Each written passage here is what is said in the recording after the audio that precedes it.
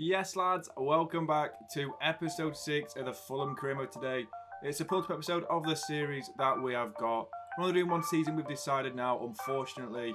But you know, it's alright, we're going to move on to new career modes in the next week. So, yeah, let me know what career modes you're looking for it to do next, what you're interested in. I might do like a Juventus one, I could do a Chelsea one, or I could even do a Manchester United one. So we are 6th in the league. As I said, going to this, Nottingham Forest on 19th. That is our first team that we're going to be playing in this episode. So yeah, we're going to sim the first game, of course, because I'm not too bothered about a game against Nottingham Forest. We should win realistically, and we get a 2-1 victory. It's not too bad. Klosterman gets his 4th goal of the season, I believe. Emmanuel Dennis scores in the 79th, and then Joao Paulinho rescues us in the 85th minute of the game to start this episode off very, very well.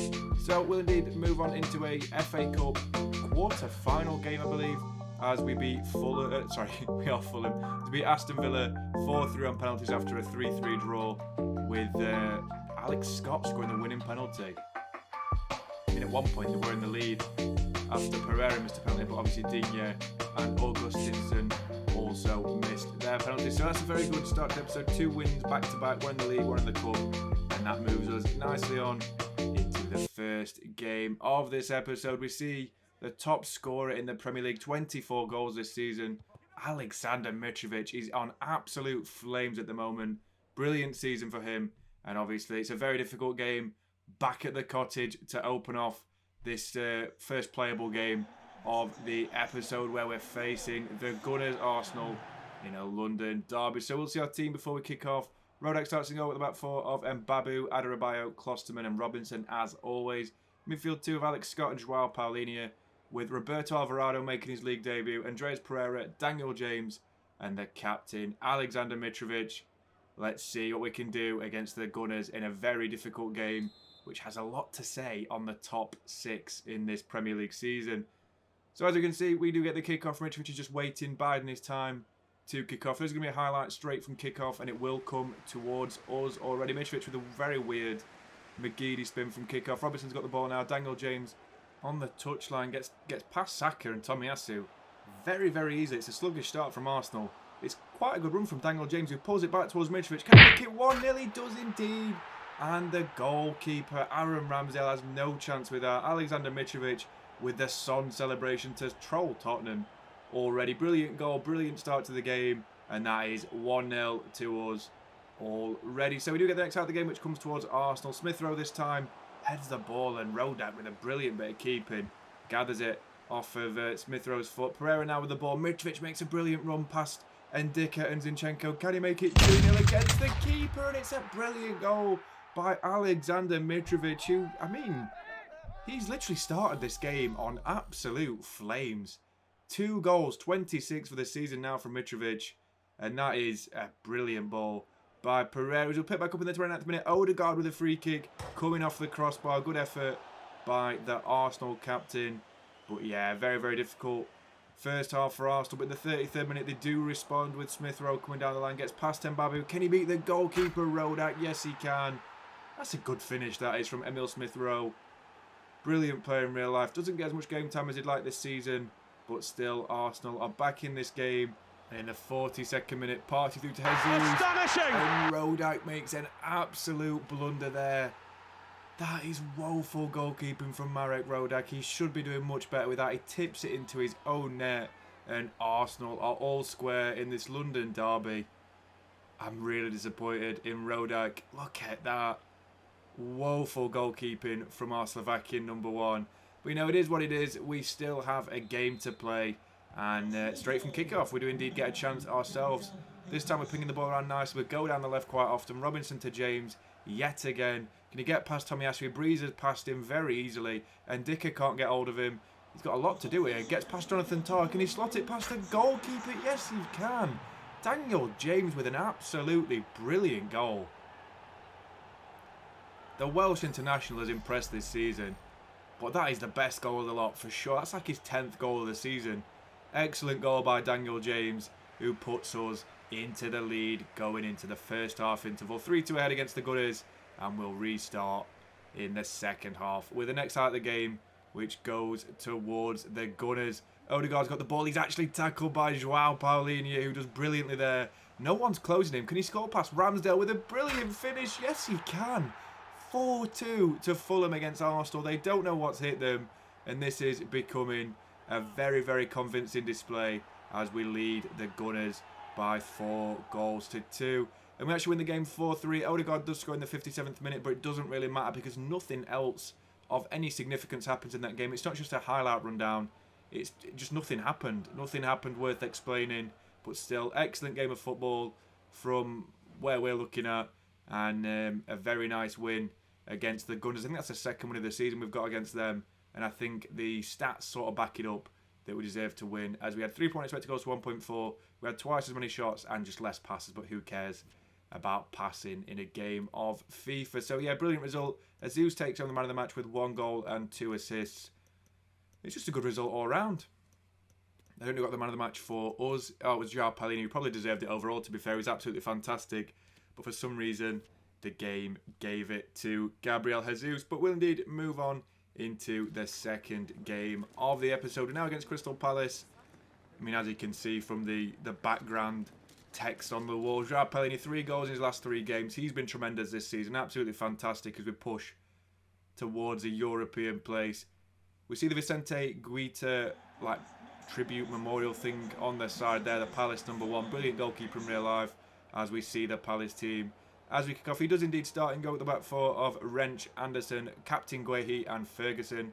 Midfield 3 of Schlupp, Milivojevic and the returning Conor Gallagher. And then we have the 3 strike force of Ayew, Zaha and Edouard. Very, very good team from Palace as always. We'll have our team though as well. Rodak starts in goal again after his blunder against Arsenal. We have Tete at right back, Mbamba, Klosterman and Robinson fill in as the back 4.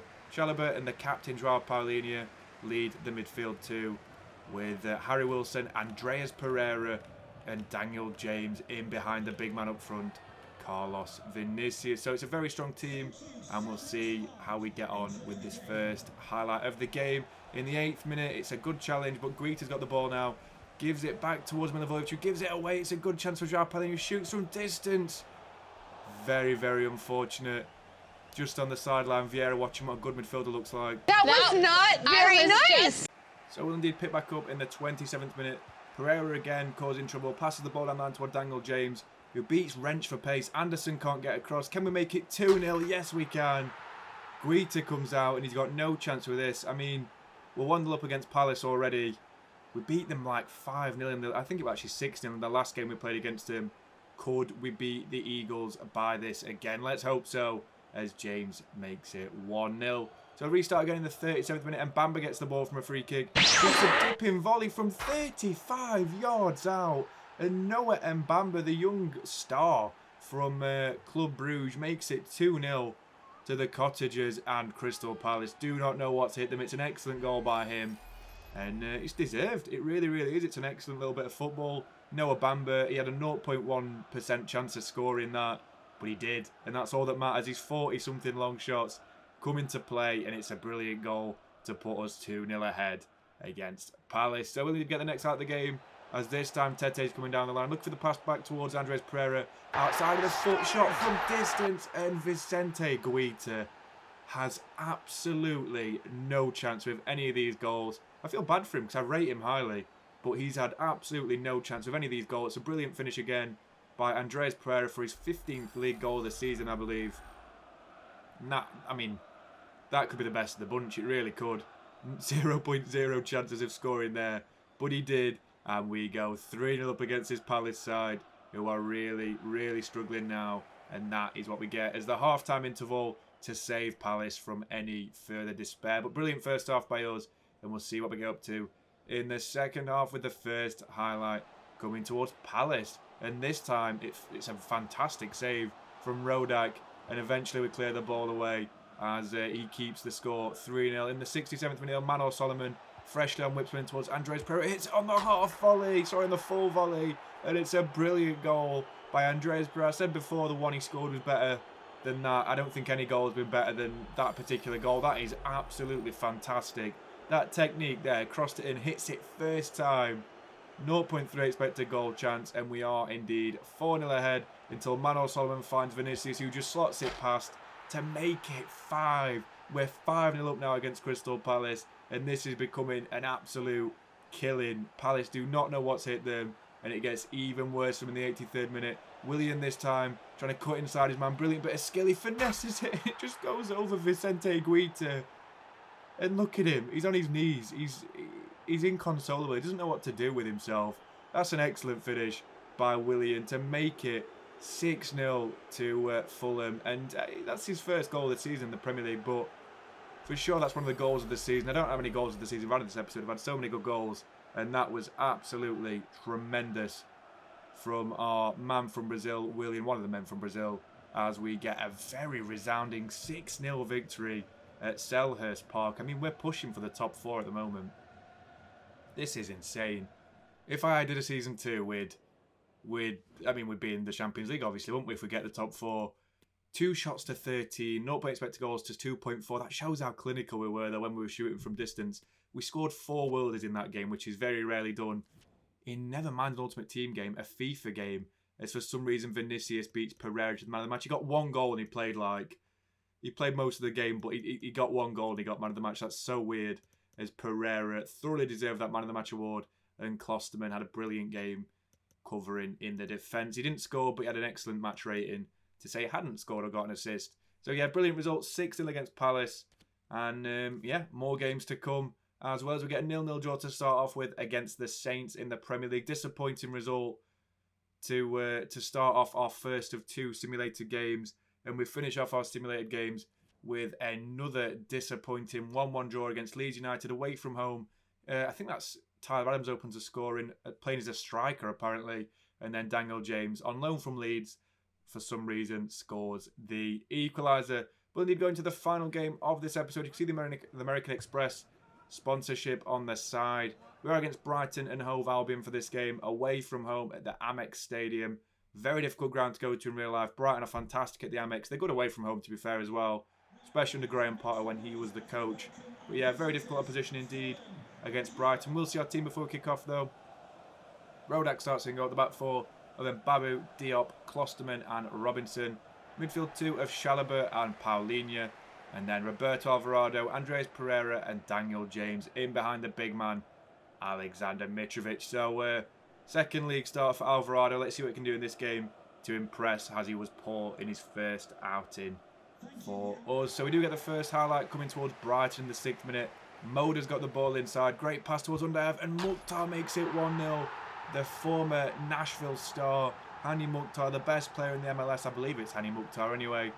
Makes it 1-0 and we're under the cosh already. But straight from kickoff, Pereira's got the ball. Cuts inside his man, gets past Collywell. Levi Collywell, brilliant player in real life. Can he beat the keeper from distance? It's a brilliant effort by him. It's in the top corner. And Andreas Pereira, how many more superlatives could you say about him? I can't believe I named episode 3 after him. I should have named this one after him. He's been absolutely fantastic for the entirety of this season. But that is such a tremendous goal. 20.4 yards out and he makes it 1-1. Excellent goal, as we're happy on the sidelines. But we do get the next highlight again in the 24th minute. This time Daniel James coming through. Can he beat Robert Sanchez? Pulls it back towards Pereira. It's off the bar. Mitrovic gets the rebound. Lucky deflection and he slots it past Robert Sanchez to make it 2-1. And we're getting slowly back into this game. Brilliant goal by Mitrovic. And then in the 29th, this game's so action-packed. Undav pulls it back towards Hani Mukhtar, gets his 2nd of the game. In fact, that is actually Leandro Trossard who does the griddy on us. You absolute Norman, what are you doing? We're going to the first half with a 2-2 draw, and it's a very difficult game of football that we find ourselves in the sunny coast of England. So we'll restart in the second half with a highlight for Brighton again. We're doing the ball back. Palhinha's got it this time. We are running through the middle of the jar. Palhinha again. Can he get a shot away this time? Cuts past his man Veltman. It's a brilliant effort, and Robert Sanchez with an equally as brilliant save. In the 75th minute, Brighton do indeed go 3-2 ahead. Moda plays it out wide, gets a quick 1-2. It's an excellent effort by Jakub Moda, who makes it 3-2 to Brighton and Hove Albion. And unfortunately for us, we get one last highlight in the 90th minute. Wilson this time gets past his man Van Heck. Can he get it past Sanchez? I heard the net ripple and I thought we were all golden, but he misses the equalising chance. It's a 3-2 loss against Brighton. Terrible. Absolutely terrible. We start off this episode so fantastically well with 4 consecutive wins. We've been fantastic all season, and then we lose our last... we actually drop points in our last 3 games on the bounce. We draw 2 against Southampton and Leeds, and then we lose against Brighton on the coast. Not very good at all. Hani Mukhtar takes home the match ball with an 8.3 rating. Deservedly so, I'd say, as well. He had a decent game of football, if I'm being honest. And you know what? It is what it is, guys. We can't win every game. It is what it is. It's FIFA at the end of the day. We had more expected goals, more chances, more everything. So it is what it is. We'll just move on into the league table as we are remaining in 5th place, going into the final 5 Premier League games of the season on 58 points. So nothing to be alarmed at. We're level with Arsenal. We're 4 points ahead of Villa and 5 ahead of Manchester United, only 2 behind Man City and 7 behind Liverpool. So realistically, we can still get 4th place before the end of this season. So I'm quite pleased with that, if I'm being honest. And we'll see the player stats before we go anywhere. Mitrovic remains the top scorer in the Premier League with 27 goals in 29 games. Jesus is the second top scorer, followed by Son and then Ronaldo, all in the 20s. So he's Sterling, to be fair. Decent season for Sterling. And Andreas Pereira's got 16 league goals this season. Oh no, 15 league goals this season. I stand corrected. And Vinicius has got 11. The top assists as well go towards Richarlison and Daniel James, both with 11 apiece. Pereira's got 10 just in behind. And then Alex Scott has also got 10 for a good debut season for him. And we're actually 6th in the clean sheet rankings as well. Lloris has already won it with 14 clean sheets, 5 ahead of his nearest competitor, Alisson. But Rodak's on 6 in 22, so he's actually managed an average of 10 matched up to Lloris's 14. So he's not done bad there by any stretch of the imagination. And before we go anywhere, because I haven't showed it this season, we're going to have a look at the Youth Academy and see what we've got in there. So I'm actually going to call up one player from this selection that we've got. Dexter Carter will be the man we're going to call up. 16 years old, 62 rated. Fantastic physicals in games. He's got 70-something pace and 78 physical. Excellent card indeed. There's a lot of good young players in this academy, to be fair to say. I don't have the Ultimate Edition pre-order bonus, but yeah, he's a very, very good player. 68 pace, 78 physical, a potential of 94 as a maximum. Looks like a potential world beater, and we need a bit of backup in their central midfield role. He'll play a few games next episode and potentially get a red card or 2, as we'll see. As I've already recorded it, so just a quick know-how towards you guys to tell you what to expect in the next episode as we push for the top 4. So in the next episode, we start off with it's not even a home game actually, a neutral game in the semi-finals of the FA Cup against Chelsea. It's actually at Wembley Stadium, if I recall. We've got an away game then against Manchester United to finish off a difficult April for us. Obviously, I hope we can win at Old Trafford, difficult ground to go to. Then, as we move into the final month of the season, we've got a home game against Everton, the Toffees, a home game against Leicester, the Foxes. That's a difficult game. An away game against Spurs, and then a home game against the Cherries.